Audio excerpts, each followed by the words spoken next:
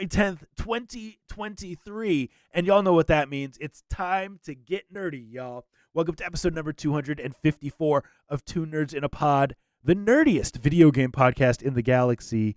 I am Lam, also known as Mr. Nice Guy, and I'm joined by my comrade in gaming commentary, the Miggity Mac, also known as Maction.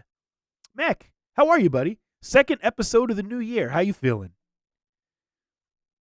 I'm feeling pretty darn good, Mr. Nice Guy. Uh, the year got off to a bumpy start for various personal reasons, but from a video game standpoint, I feel like this is going to be a fantastic year.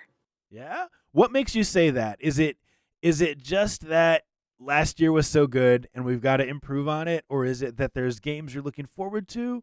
Or are you just optimistic? What is it? I'm always optimistic, but I just feel like, especially this last year, kind of like you said, I wound up playing way more new games than I ever suspected possible from an old school person like myself, and enjoyed so many of them so thoroughly. Yeah. Additionally, there are so many like Kickstarter projects that we've talked about, whether last year or previous years in episodes, that are all starting to come out that are very enjoyable. Like, for example, Chained Echoes that I talked about playing a bunch. And yeah, I just feel like it's left an impression in my mind that this year we're going to see a lot of great new indie games. We're probably going to see some fantastic first party stuff. I just feel really optimistic. I'm excited too, man. We've got a new Jedi game coming out, Jedi Survivor. We've got a new Zelda game coming out. We've got a new Bethesda RPG coming out in Starfield. And there's just a ton of really, really good stuff coming out. A PlayStation exclusive leaked, which you never want to see leaks. But I mean, PlayStation exclusives, often pretty good. We've got Forsaken coming out this month. I know I forgot another major one, but we've got a lot of good stuff happening. Well, beyond what we're thinking about gaming, how was your past week? How are things going, man? Things are going pretty well. Man, I've just been having a good time working on some personal projects. I've been learning how to do some specific computer programming languages, and I feel like I'm starting to really see some results and the efforts of my studies. So I just feel like things are going good. It's just a general good vibe I've got. It's always a good time to start new projects in the new year. One thing that I've been doing is directly related to the podcast, and it is YouTube. I've been putting our videos up on YouTube as I resize my camera and resize yours. So for if those who like to see the video version of this podcast, please go check us out on youtube.com/two nerds in a podcast is the name of our YouTube channel. And I was doing some research on TikTok today, Mac. I think it'd be fun for me to get a TikTok going up like once a week with some of the clips of me proving you wrong on the podcast. I feel like people would want to see that. I feel like it could get a following. There is a wealth of those, Mr. Nice Guy. If you just went back through the backlog, you would be proving me wrong. I mean, that's years worth of It's content. years worth of friendship right there. Well, Mac, I say we do what we do best. I'm excited for this week's news. I say we do what we do best and we hop right into it. What do you think about that? Let's do it. Tell me what's new in video gaming. Well, dude, there's a lot. There's four things we're going to talk about today. And let's start with one of them that I am extremely excited for, and you are probably moderately excited for. This is about The Last of Us television program coming to HBO Max January 15th this Sunday. Mac, as of earlier today, there was an article that said it has the rare 100% rating on Rotten Tomatoes, which I think is a good sign. I think that means something. But here's an article by Wesley LeBlanc on Game Informer that talks about it more. Don't expect The Last of Us HBO show to extend beyond the story of the two games in the series. That's because The Last of Us game director Neil Druckmann said there are no plans for stories beyond the games in this show. This news comes by way of a new interview with Druckmann from The Hollywood Reporter, as reported by GameSpot. Here's what Druckmann told THR specifically. Quote, "We have no plans to tell any stories beyond the adapting games. We won't run into the same issue as Game of Thrones, since The Last of Us Part 2 doesn't end on a cliffhanger." So, Mac, my question for you, and I know that you maybe haven't played the Last of Us games, but you have seen a lot of the clips. You've seen some Let's Plays. You're familiar with the universe. When it comes to game content, gone TV show, gone movie, do you prefer that these things stay true to the original story, or do you like to see them branch off? It sounds like The Last of Us is going to be very true to the games. So first, I do just want to highlight that a 100 on Rotten Tomatoes when nobody's seen it yet is not exactly an indicator of anything. Well, hold on, But because that's from the okay, people that have gotten early access to watch it. Those ratings. It's from like media people who have got it. gotten It's from like early access. media who has gotten early copies, and they've been tweeting about it, and they're Mhm. saying, "Hey, the studio provided me a copy for review. Here's my thoughts." That's all it is. Just like video games, Mac. We've been Okay. doing this a long time.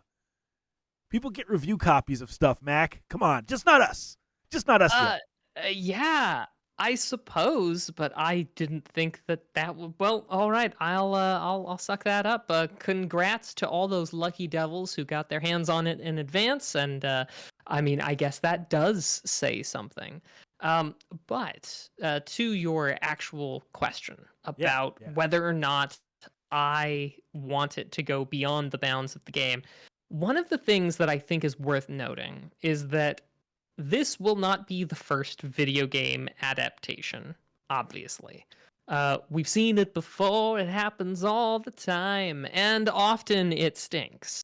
And I feel like I feel like when you try and do exactly what happens in the video game, you're often going to fall into the issues that the storylines that work in an interactive medium like video games might not work so well in a more passive medium like movies That's and, interesting. books and such. So I feel like the best story to be told may not be the exact storyline that is told in a video game. That's a I'm really open to that being the case. that's a That's all I'm really going to say. I interesting. don't know. I want to have the chance. I want to be able to experience it and say then, because I could be totally wrong. They might have done it. They might have captured lightning at a bottle, but I just don't know. And I feel like we've been burned before. Well, it's getting good reviews, and that's that doesn't necessarily mean anything, but I think it's Mm. exciting. I think it means that this IP that Naughty Dog has come up with and that they've held so close to the chest, they're not oversaturating the world with it. They've been very, very careful and treated it with such good care. I think that they've done the same thing with the HBO show. Now, you're right. I think that sometimes games are so immersive, especially now that we have fancy controllers and headsets and stuff that makes it feel like you're there. I do that in air quotes. It may be hard for it to translate to television, but I'm excited to see what they do. Now, people always say the book is better than the movie. We'll see if that applies to video games. I will say this about The Walking Dead. I liked that there were differences in The Walking Dead compared to the comics that I had read before the show even was announced. I liked that there were some things that were different because it surprised me, and I didn't know what was happening. So that's my take on it. We'll see what happens Sunday. Weekly episodes. I'm excited. I'm excited. Well, cool. Really, that soon? Yeah, first episode's out on the 15th. So, Fantastic. yeah, All man. right. I'm hoping to get on at the start with this one. Borrow an HBO login from someone. I don't believe I've already got an HBO I login. don't believe HBO is against that like Netflix is. So, that's why I'm saying that. We don't condone piracy or Give stealing it time. kids. Give it time. Well, let's move on. Wavebird 2.0, Mac, are you familiar with the Wavebird 2.0? That controller? Can you say what system Um, the Wavebird 2.0? no, but Wow. I am familiar That with the Wavebird from the Nintendo 64. So, uh so yeah, Wavebird. from the GameCube. Yes.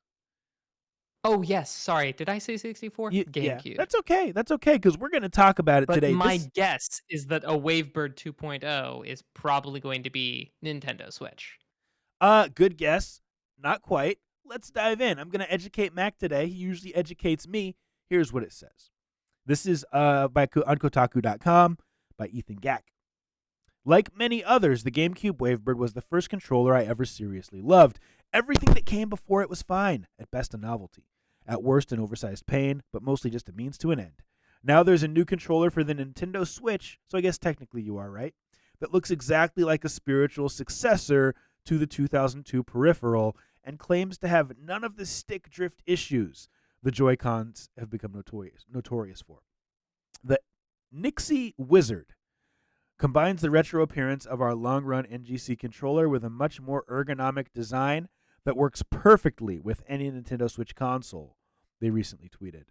The controller is on sale for $70, featuring replaceable joysticks and adjustable turbo and mapping options. But the real draw here are the Hall effect joysticks that use magnets to prevent drift. So interesting. So interesting. So Mac, three things there. This new controller is coming out. It's currently $70 on sale. Um, Mhm. it works with the Nintendo Switch and it has Hall effect joysticks that use magnets to prevent drift. I want to hear your thoughts on the pricing. I want to hear your thoughts on Hall effect joysticks. Are you familiar with these? What do you think? And price. Well, riddle me this. What is the current cost of those Joy-Cons? Believe it's 80. So that's a really good point because I believe it's like $39.99 a piece. So a set would be about 80. Yeah. So, I mean, if it is replacing something that winds up that's a little bit more expensive, if it does indeed prevent drift through, I guess, those Hall effect things, then I mean, I could see this being good.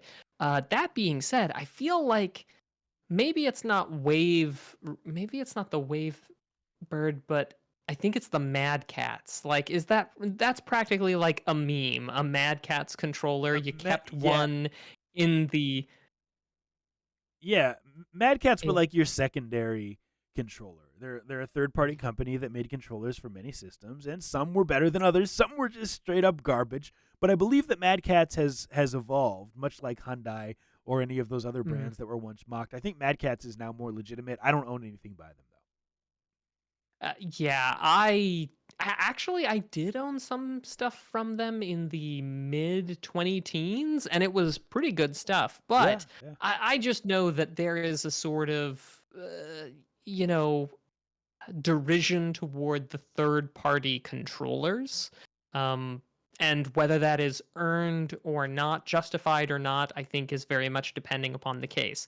So I think we're going to have to wait and see about the Wavebird. But if it's offering for $70 a good experience that we would normally be paying 80 to, Big Brother Nintendo, then that seems like a step forward to me. Well, it's cool because it connects to the Nintendo Switch, so it splits in half, connect it to your Switch, but it also Mhm. comes with a middle piece, so you can use it as a standalone controller, kind of like a Nintendo Switch Pro, or maybe even one that you could use Bluetooth or Wi-Fi to connect to your computer. Now, I understand the love for this thing. I've never really related. I had fun with my GameCube. I think that it's the best controller for Super Smash Brothers. Um, but outside of that, I don't think that this is the best controller ever made, like people make it out to be. It's a great controller, but there are better ones. I mean, namely the PlayStation 5 DualSense that we're currently playing with. Um, so I don't know. I mean, to each their own. I'm excited this exists, and you've actually kind of changed my opinion on the price now that we've talked through it. So we'll see. We'll see how this thing does. Moving on, we've got a couple more news stories. We're gonna go through these pretty quickly, Mac, because we want to get to some other stuff. So here's one that I found super interesting, and I'm not a huge Hitman fan, but this concept deals with games generally. This is by Wesley LeBlanc on GameInformer.com. IO Interactive has announced that Hitman 3 will become Hitman World of Assassin later this month and will include all levels from Hitman 1 and 2 in it for free. More specifically, this big update for the Hitman trilogy arrives on January 26th and includes two major changes. Hitman 3 will become Hitman World of Assassin, which will also include access to Hitman 1 and Hitman 2 through our existing Access Pass system. Current Hitman 3 owners will get a free upgrade to Hitman World of Assassination on all platforms. And number 2, we're drastically simplifying the purchase experience for new players. Hitman World of Assassination will be a single experience option to start playing. Max, to summarize, this update means that all Hitman 3 owners will have the same base content ownership and attempts to eliminate confusion over which edition to buy to obtain certain levels by making it so there's only one purchase option. The other DLC will apparently be available for purchase, but owning all of the IO Interactive trilogy levels will be easier than ever now. So, Mac, this is interesting. They're taking all of their recent games, they're putting them into one nice little package, and they're including a season pass, which you can also buy for $30 to get the deluxe edition. Do you think that we start to see with games as service more people doing this? Is this the way of the future to say, hey, screw Hitman 1, 2, and 3? We're just going to have Hitman World of Assassination, trying to think of another game, Halo, World of Master Chief, like whatever it is. Do we start to see this trend as games get older? Well, I don't know. I think, to your point about Halo, we called that the Master Chief Collection, right? Sure, but that was a game that was made very intentionally, and it wasn't like, hey, these have all been out for a while, let's just combine them now. It was like they made that day one, and it was a collector's edition or a collection of games, as opposed to later bringing a bunch of games that had come out over several years and making them one. Yeah, that's a good point. I guess not having much experience with the Hitman trilogy, that didn't really, I didn't really see much of a difference. But gosh, such a good question, Mr. Nice Guy, and I'm afraid I just don't have a good answer, and I'm scrambling over here You're good. because I'll tell you what I like I don't about know. this. Here's Yeah, tell me here's what what I you like like. about it. So I'm currently playing very casually. I'm playing Destiny 2 with a friend, and we maybe play once a week. Occasionally, if he gets farther ahead of me in level, I'll hop on my own and try to catch up. Eventually, we're going to want to play through the DLC, but the thing is, Destiny 2 has been out for several years, and there are a lot of DLCs, and it's hard to know which package to purchase to own the things that I need to not be overlapping with other stuff that has been made free, et cetera, et cetera. And we had the same issue when we played through Borderlands 3, like a month ago. I was like, I want the Season 1 pass, but I don't want all this other stuff. Like, which edition do I buy? There's 3 different versions. There's a flowchart that shows, or a little diagram that shows what's in each one. It was just very, very confusing, and then people accidentally buy the same content twice, and there's no way around it, and it's frustrating. I like that this simplifies that for people like me who maybe didn't dive in the beginning, and now we're trying to figure it out. Yeah, from the perspective of not having to rebuy things, especially with digital goods, we're usually not allowed to give them away, especially if they come inside of a pack. When they're purchased separately, sure, but purchased inside of a pack, I feel like they don't really let us give those to somebody else. So, yeah, not buying overlapped stuff. That makes a lot of sense to me. The thing I don't like, there's 2 things though. It makes it so that one, you can't go and do an a la carte purchase of these games anymore as of January 26th. And 2, it makes it so that if you want to get this edition, I haven't seen anything about a physical version. So, people are effectively forced into, if you want to be part of Hitman World of Assassins, it's all digital. And we know how you feel about that, Mac. So, and how I Yes, feel we about do. that. So, that's going to be interesting. It'll be interesting to see how many other people take this route. I cannot believe that IO Interactive are the only ones. We'll have to wait and see. Yeah. So, Mac, last news story of the week. If we have time for it, I gotta check and see. Yeah, we've got time. We've got time for it. This is on GameRant.com by Thomas Greatorex. I think that's how you pronounce the name. If not Thomas, I apologize. Riot Games has issued a public apology through the League of Legends Twitter account following the overwhelmingly negative reception of the Season 2023 cinematic. Many players felt that the short video did not or did little to promote League of Legends in any meaningful way, while also failing to build hype for the upcoming ranked season. The cinematic, traditionally released prior to the start of each League of Legends season, aims to inspire the game's player base, traditionally featuring large scale battles between some of Runeterra's strongest forces with an original soundtrack playing. Though there is much to look forward to, the most recent trailer for the game does very little to reflect recent updates, such as new items, jungle companions, and champions. The season 2023 cinematic is just over half as long as that of the previous season. So, Mac, here's my question. We have game developers apologizing for not putting together a good promotional video to promote one of the longest standing games that has been around for a very long time, one of the longest standing games as service. I have some strong thoughts. I don't want to influence you. What do you think? So, having not participated in League of Legends, I didn't even realize that there was a cinematic that they released to hype new, new seasons of content. I'm sure that I had at some point in time seen one of those, but like I didn't know it was a yearly thing or a, per unit time. Right. Um, so I mean, I don't think I even know what to expect. Right, but But forget that it's League of Legends. I mean, promotional material. We're getting an apology because promotional material for a game that people have been playing for decades is now resorting to an apology from the devs. yeah, it does seem a little bit much. I mean, not everything, not every song on an album is a banger, and not every cinematic is necessarily going to be amazing. I'm surprised that they felt like they needed to apologize. Have people been really that upset about it? I Apparently, mean, it got on enough the one hand, backlash. I will say this, because we are dependent on that company for the game that we love to continue, and with it being on essentially video game life support, with it being as a service like these games always are, you have to have faith, I guess, that the company is actively working to support and push the game. And maybe a bad cinematic makes you the viewer, the purchaser who's in it to win it. Maybe that makes you worried that they're starting to consider, you know, cutting bait and going home. I don't think that's the case. I get where you're coming from though. I think League of Legends is probably still one of the largest streamed games on Twitch, certainly one of the largest esports games.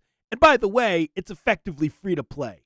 So, you've put faith in these people forever if you're a League of Legends fan or a Team Fight Tactics fan like myself. I'm more a fan of that side game. It's phenomenal. Um, Stop beating people up over little things, gamers. Let's do better, right? It's a set cinematic. They're working on the game. Just let this stuff go. That's news for the week. All right. Well, now we turn to what has been in weeks. Well, in years before this week. Um, Mr. Nice Guy, we had a couple of really important, I think vital things to discuss in video games this last week. Um, but because it's most topical as a result of our, news, Right. I want to open with the release in 2006 of a special piece of cinematic masterwork. Perhaps you watched it in theaters.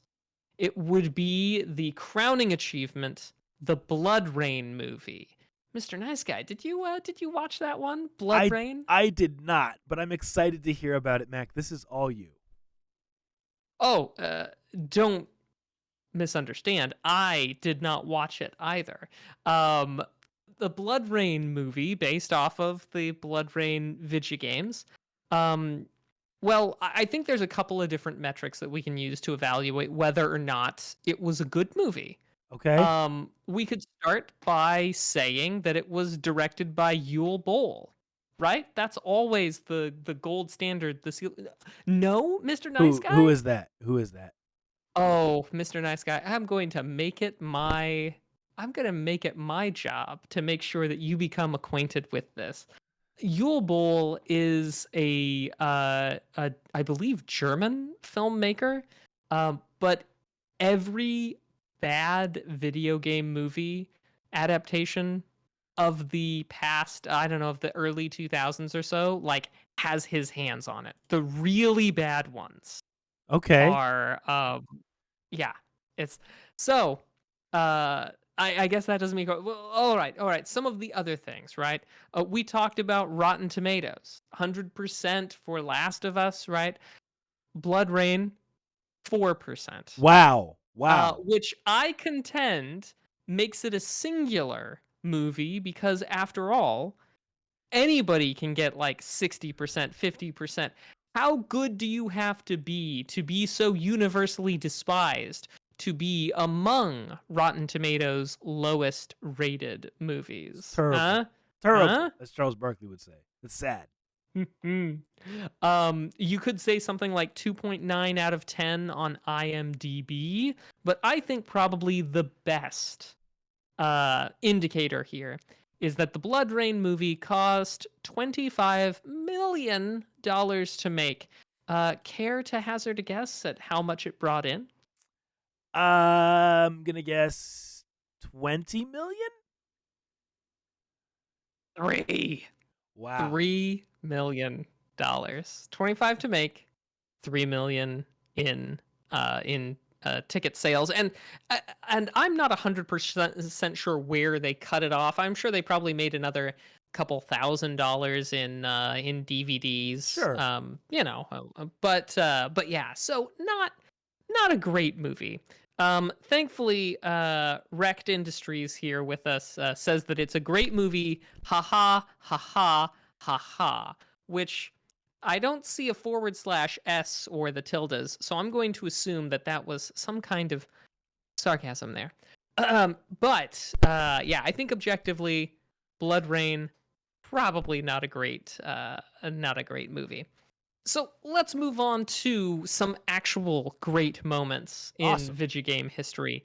Um, this last week in 1996, we saw the launch of not a video game, but a platform.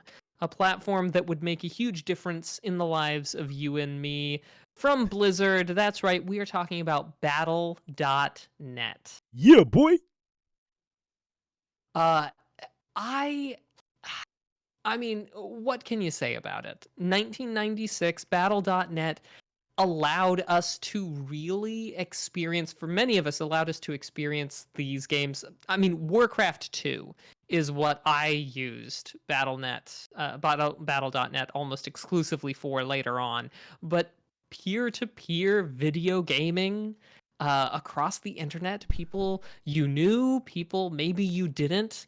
Um, it was for a lot of us the beginning of online gaming, with all of the growing pains and everything else. Mr. Nice Guy, did you ever do anything with in Dude. on Battle.net? Dude, I have memories of hanging in the college dorm with my homies playing Warcraft 3 Yeah. on Battle.net and across Mm. the campus network.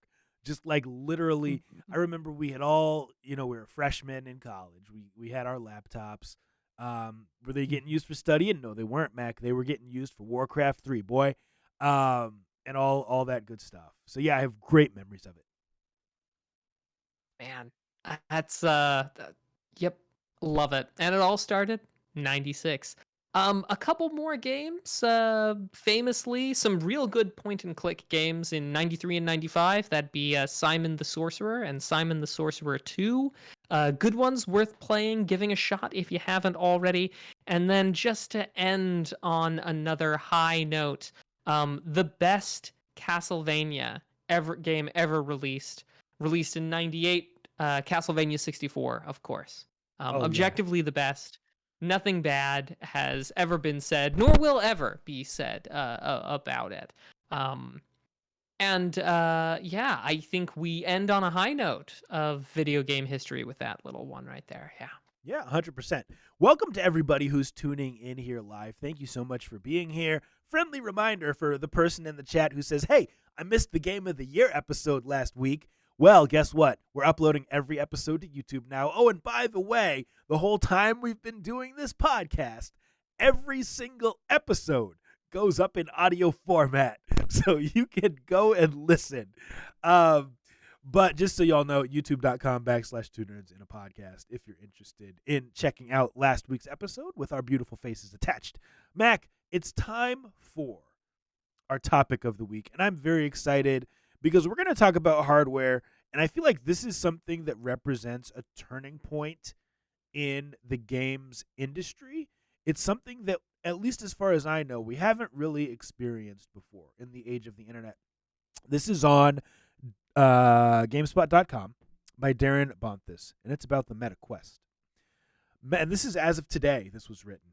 Meta has announced that it's officially ending support for the Quest 1, as it will cease adding new features to the original virtual reality headset. While users can still expect software and security patches to be added, that support will also come to an end in 2024. While Quest 1 users will still be able to use the headsets and any compatible apps, the option to create or join a party will no longer be available. Quest 1 owners will also lose access to Meta Horizon Home social features from March 5th, such as the ability to visit the homes of other users or invite them to your digital house. I mean, I could read on and read on and read on, but we get the gist of this, Mac. This is not a piece of hard or software that's losing support. This is a piece of hardware that is losing support. So there's a Mm-hmm. lot of implications here.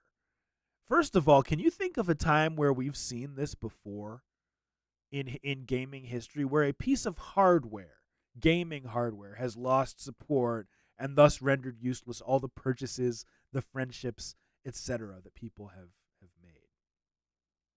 So, arguably, I guess you could say, because one of the things that is particularly germane is that there are plenty of times where the console's been, say, discontinued, right? Where Sure. we're no longer getting new stuff for it. And that's one thing.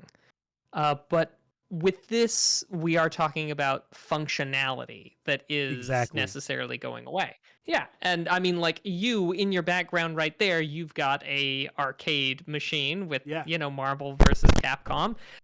You aren't getting new games put out for that little machine there.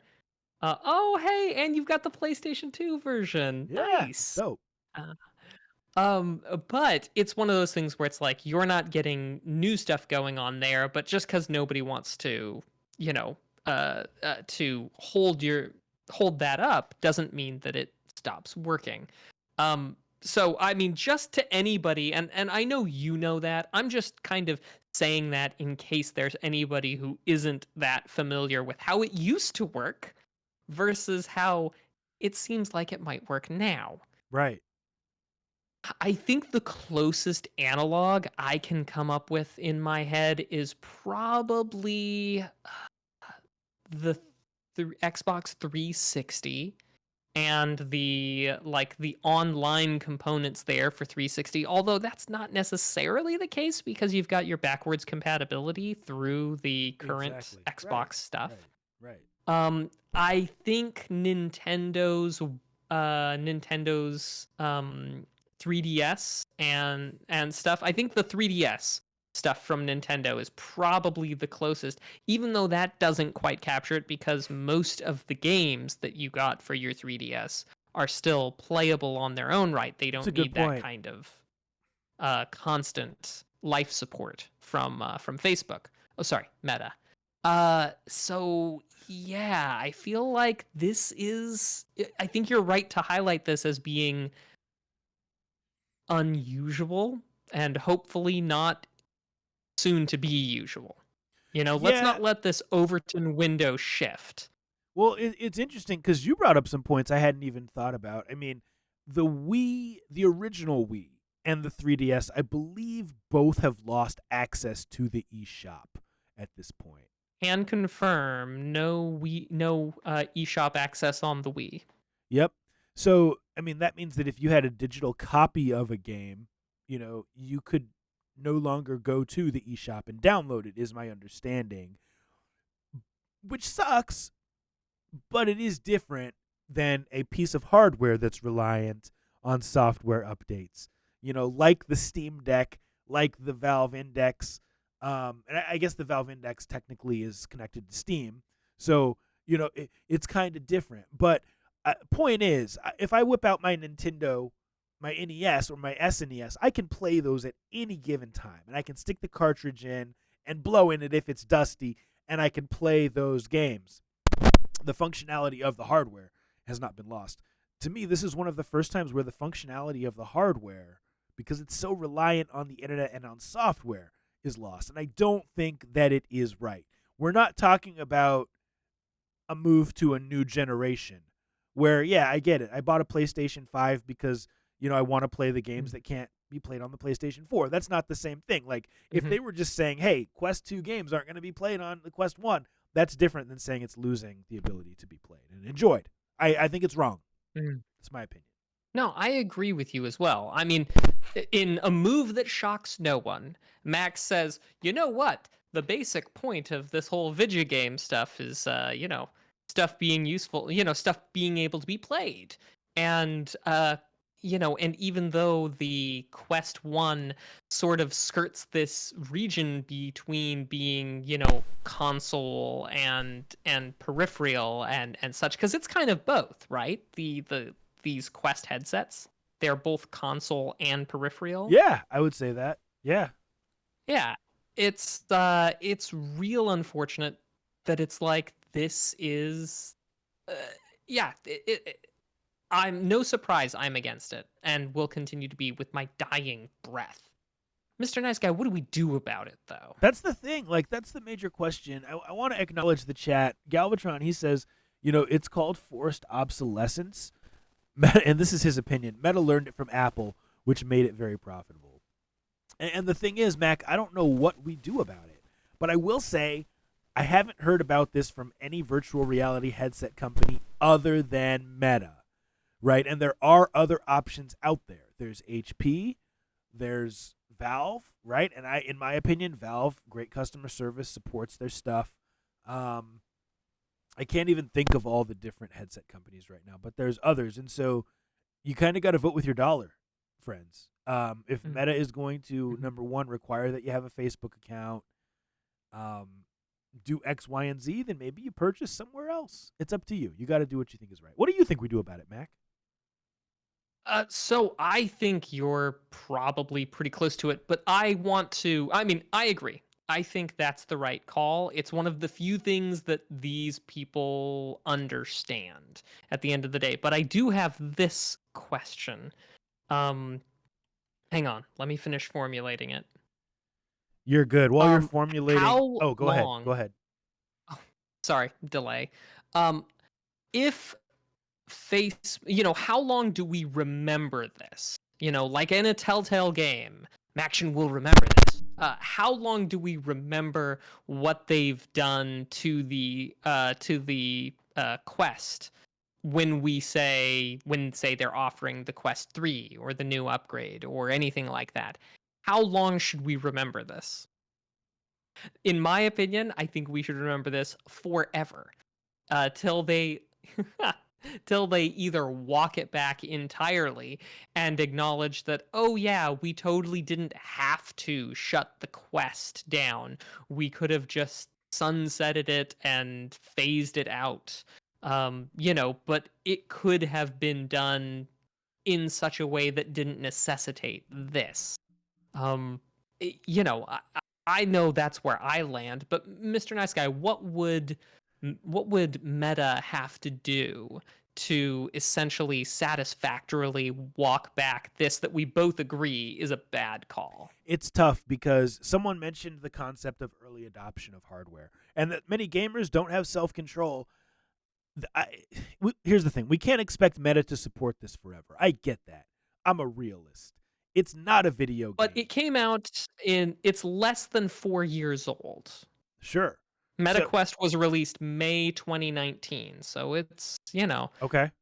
I mean, So I think we can agree that 3 and a quarter, that sub 4 years is not enough support, right? that's Like, everybody hit me up in the chat, let me know. what do you guys think, guys and girls? I Here's the thing: it's less than a typical console generation, but also technology is moving way faster than it has in the past. So I get it. I also get meta. I understand this is not a game that someone paid $60 or $70 for, but invested tons of hours into. This is a piece of hardware, and so we couldn't expect them to support it forever because eventually it becomes obsolete. Now, I don't believe we're there yet.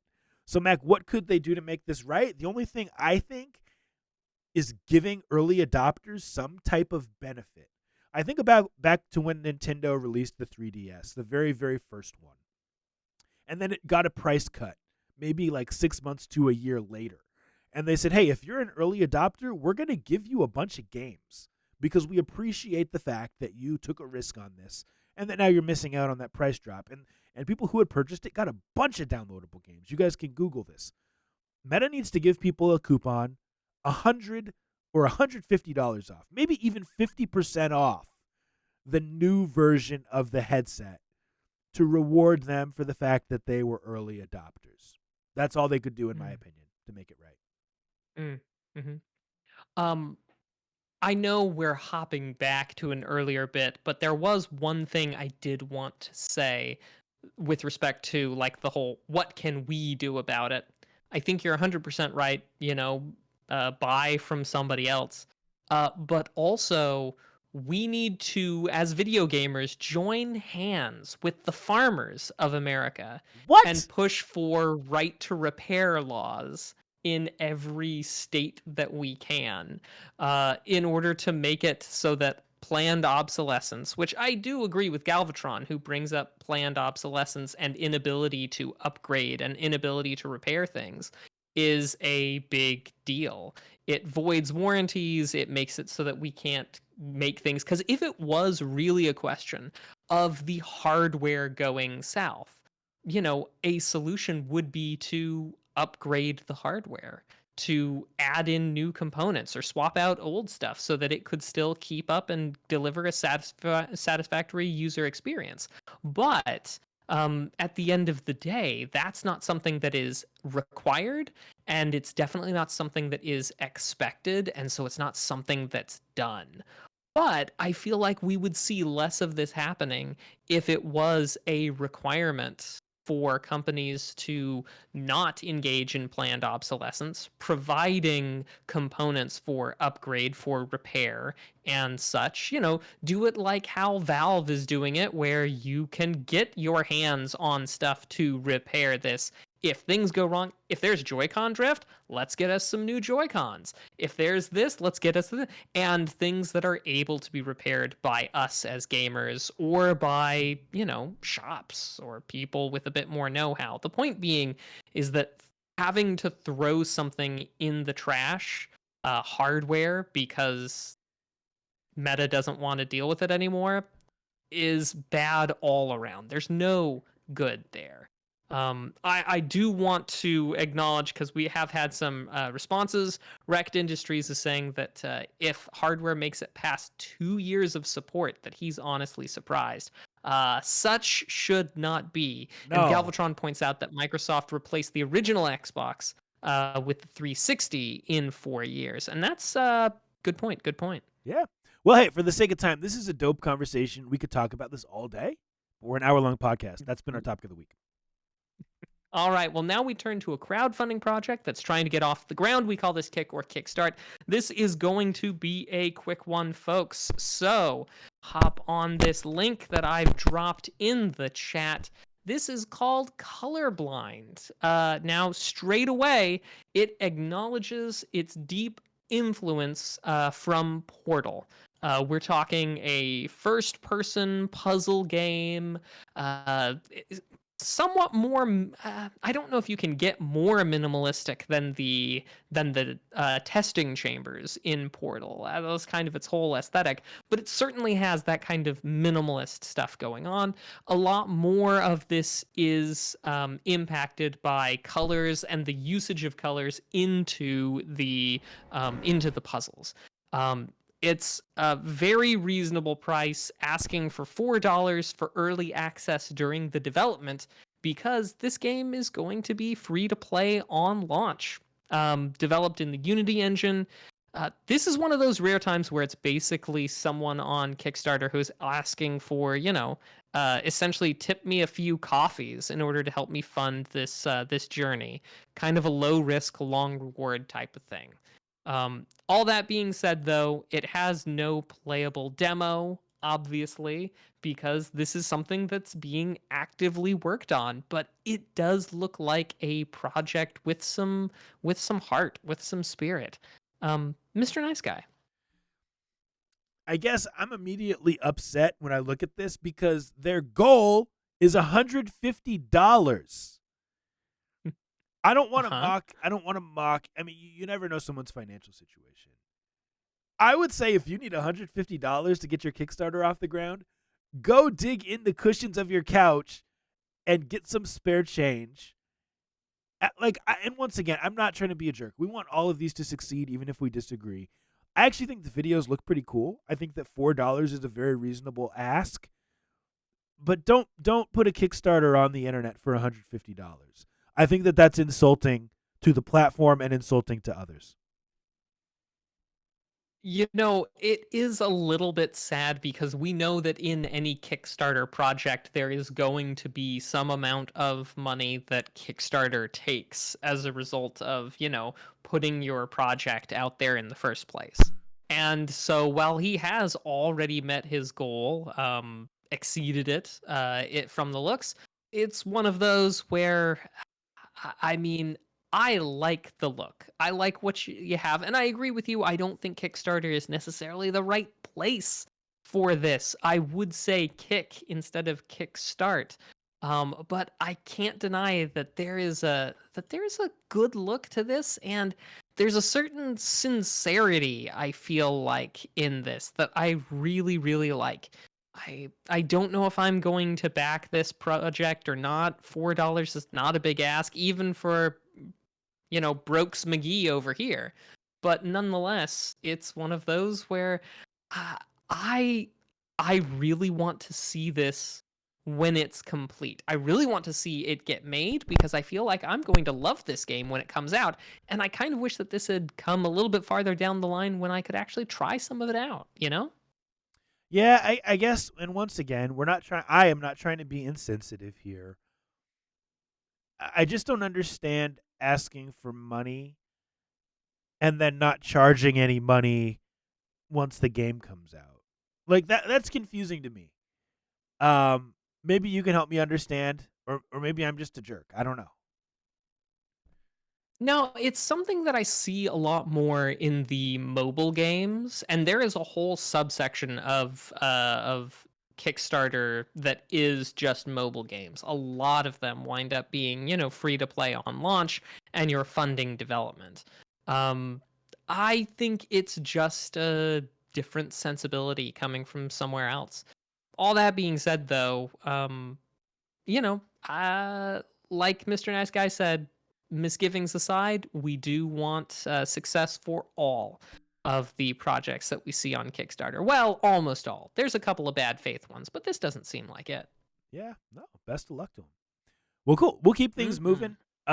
It is time for Nerd Flex. A woo a Woohoo! segment where you, the viewers, try to stump the hosts, and rarely do you ever. If you're here live, you have a job to do. Get those multiple choice questions in the chat. Mac and I will use nothing but our noggins to try to answer. But in the meantime, we'll start with a question from the test bank. These are randomly generated from a bank of questions. Mac, here is question number one. It's a Konami question. Who is the main villain of DDR Mario Mix? This is a great question because I had I forgotten mean, this game based existed. What do you, Yeah, I didn't know this existed either, but based on Mario Mix, I'm going to say Bowser. doesn't But that that's just seem? a complete shot in the dark. Well, I would have said Bowser too, and I don't know, but that just almost seems like Bowser's always the villain of Mario games. Are we overthinking What do it? you Am I think it's overthinking it? Wart? No, I mean I don't know. It could be. It could be the guy from Mario 2. Uh-huh. It could be Donkey Kong. Donkey Kong has better dance moves than Bowser. Uh, True, but then it would be Jumpman Mix. that's a good point. That's a good point. Um, I mean, I feel like you go with Bowser, but it's gonna be something like sassy Bowser is gonna be the answer or something like that. Um, so I don't know. Do we want to go with Bowser? Final answer. I mean, well, we don't have to concur because it's not a multiple choice question. I This want to is go with true. Bowser, but I think you should go with whichever. Yeah, I think I'm gonna go with sassy Bowser as my answer. Sassy Bowser. Okay. Sassy Bowser. All right, let's see what it is. Oh my gosh. Okay, so we learned something today. It's actually Waluigi. Who knew? I'm gonna have to look up Mario DDR mix because it must have only been on the GameCube, and I'm interested what peripherals were available. This is super interesting. All right. Definitely a dance pad.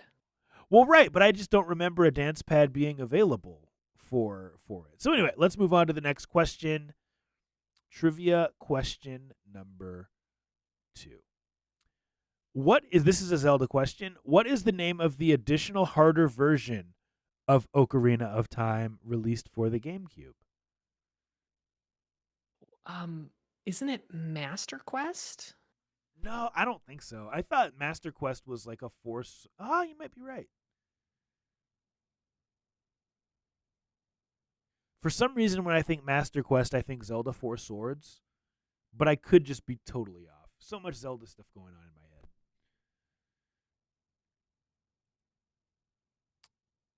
Do you think it's Master Quest? Shout out to Alex Mann for the I raid. mean, I do legit think that it was Master Quest, but I have no idea. Oh, for the GameCube. Okay. So Ocarina of Time I in mean, 64, and then Ocarina. Okay. Let's go Master Quest final answer. Sake of time. okay, let's do it. Dude, Mac saving the day. Master Quest is correct. We're 1 for 2. Mac, I think we have a question in the chat. We do. Wrecked Industries asks in Cyberpunk 2077, what year did Johnny Silverhand assault Araska Tower? I think that's how it's pronounced. Was it A 2022, B 2020, C 2026, or D 2030? Okay, so I don't know much about Cyberpunk 2077, but I believe Johnny Silverhand is the name of the character portrayed by Keanu Reeves. Um, and yeah. Also, Cyberpunk 2077 came out in 2022. And I feel like Ah, with a name like 2077, it's supposed to be like future. did it come out in So 2022? I mean, It well, came it out certainly around didn't that come out in time. 2020. No. Yeah. And I feel like, I feel like only the most sarcastic uh treatment of Cyberpunk 2077 would be like, "Oh, this is the future, the year 2022." Not everybody does the Far Cry 3 Blood Dragon treatment. Right. So I feel like either C or D, 26 or 2030. Yeah. But like I would have guessed if you had not given me multiple choices, I would have guessed, 2070. You know what I mean? Yeah, for sure. Because Keanu's character doesn't really seem that old. I'm Mm, gonna I mm-hmm. let's agree with 2026. We've got to keep things moving. I think it's either C or Okay. D. Yeah. Please let us know in the chat, Wrecked Industries, RKT Industries, what the answer is, and we'll see. Now, It's someone in the chat confirmed it actually came out in C 2021, 20. but same difference. Yeah, C 2026 is our final answer though, right? Yep, that's our final answer.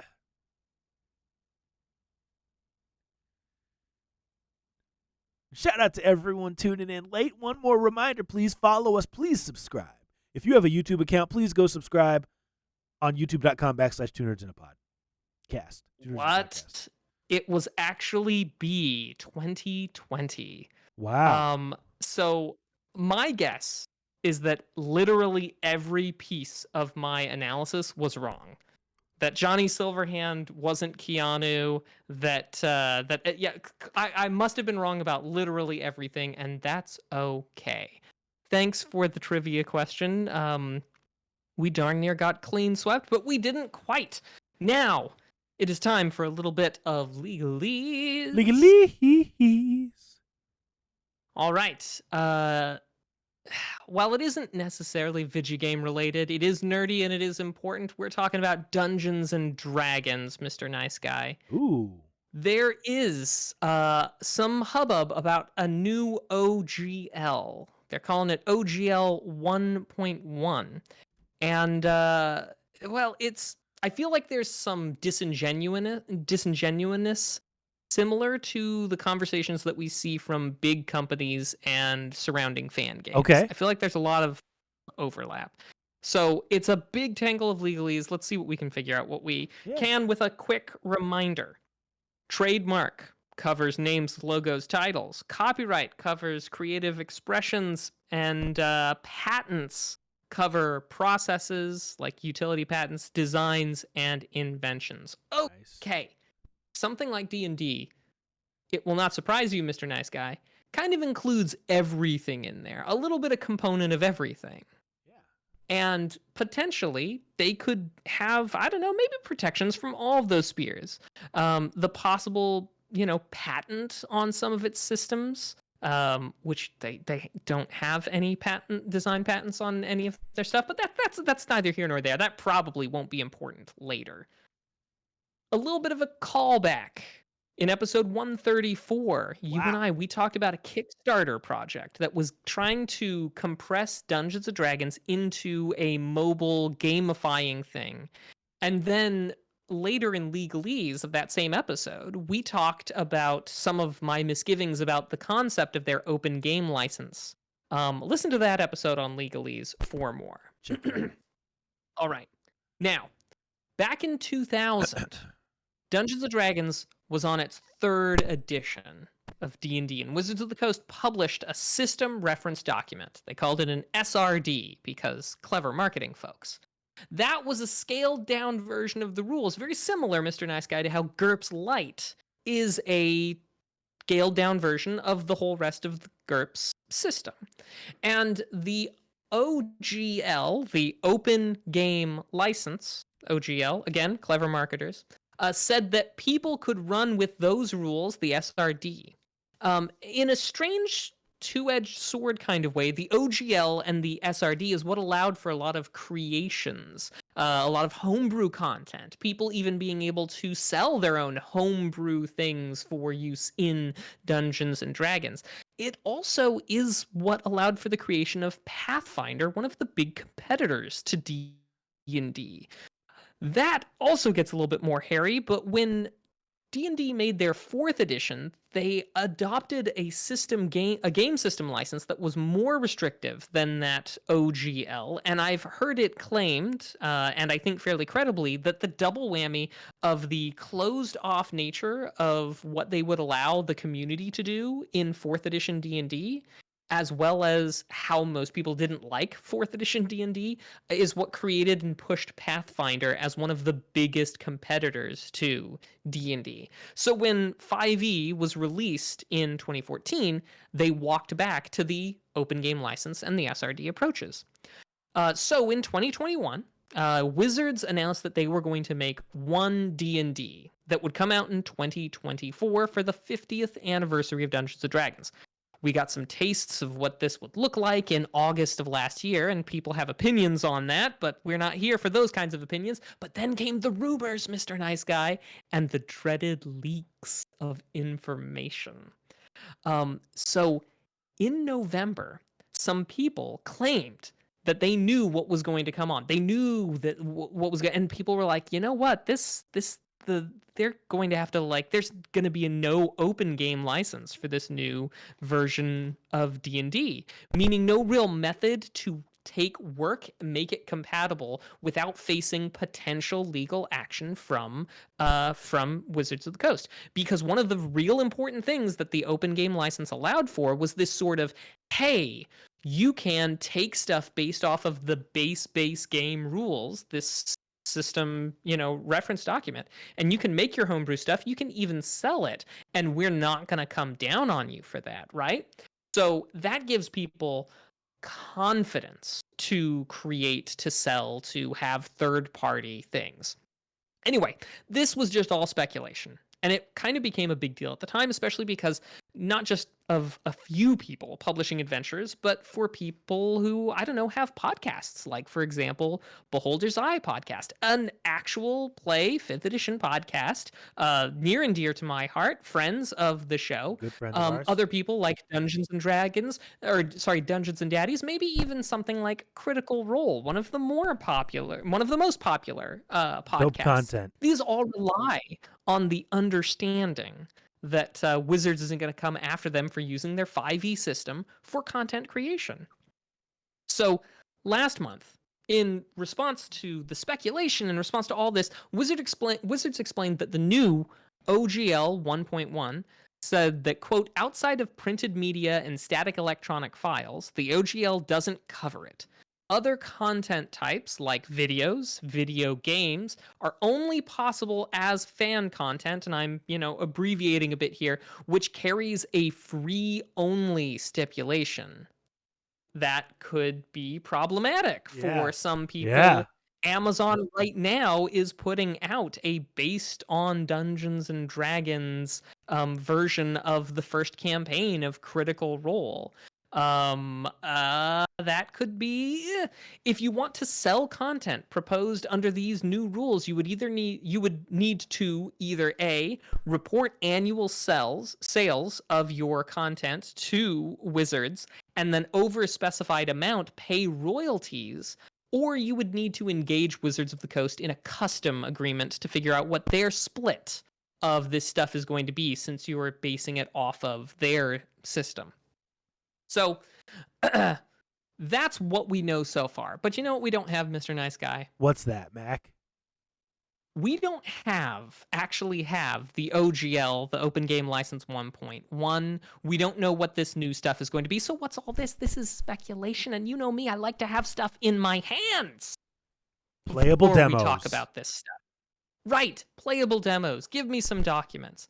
Mostly what I'm getting at here is people are losing their minds about stuff that we don't know for sure yet. And I can understand when you get the whiff of a company deciding, saying that they're going to do something. We just talked about, about Meta doing what they're doing to the Quest and how that doesn't sit well. And I think we should be upset and we should express that anger to that company in whatever ways we can, whether that's open letters, whether that's buying different stuff, or whether that's, taking up Maction's open invitation to teach GURPS to people. Legal and ethical ways is what Mac is saying.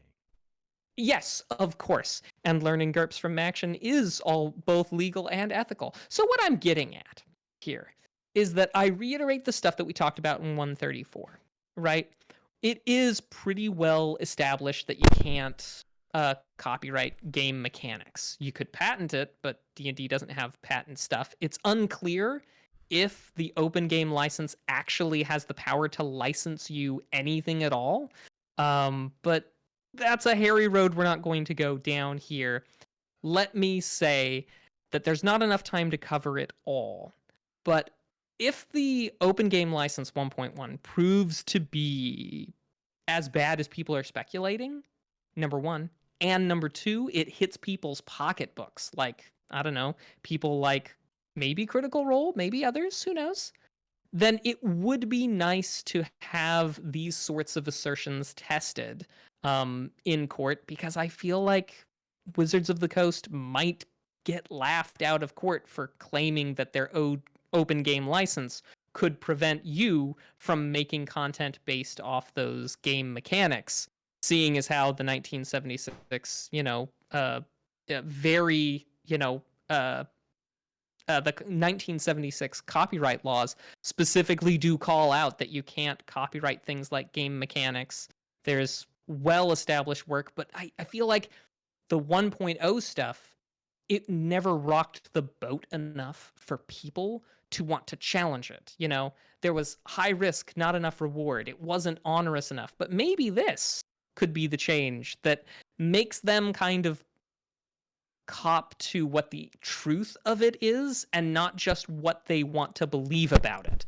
Much in the Okay. same way that other corporate lawyers will say stuff like, hey, we have to shut your fan game down because if we didn't, we would lose the ability to shut down other things. Oh, please buy our stuff. We're not the bad guys. Yeah, you are the bad guys. And quit,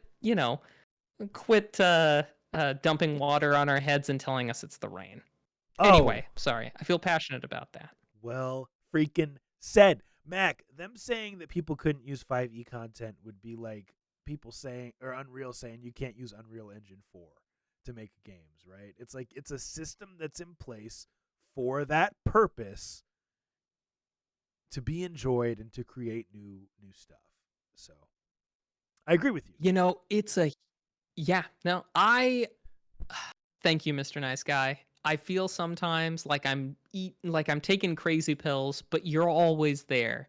You're always there to pull me back from the brink when I'm getting wild, and you're always there to be like, Mac, maybe this time, maybe just this once, you're onto something. I appreciate that. All the time. Every episode you're on to something. Well, hey everyone, thank you for tuning in. Episode 254 is almost a wrap, but before we go, we have one last segment called What We've Been Watching and What We've Been Playing, where we talk about just that, the cool nerdy stuff we've been into on Xbox, PlayStation, PC, mobile, Nintendo, on our phones, maybe even on our Steam Decks and our tablets, and all the stuff we've been watching on streaming services. And if you're like Mac and I, maybe even using some old school DVDs and Blu-rays. Those things are kind of obsolete now. Well, hey, let us know what you're into in the chat. We're always looking for new ideas. Mac, what you been into?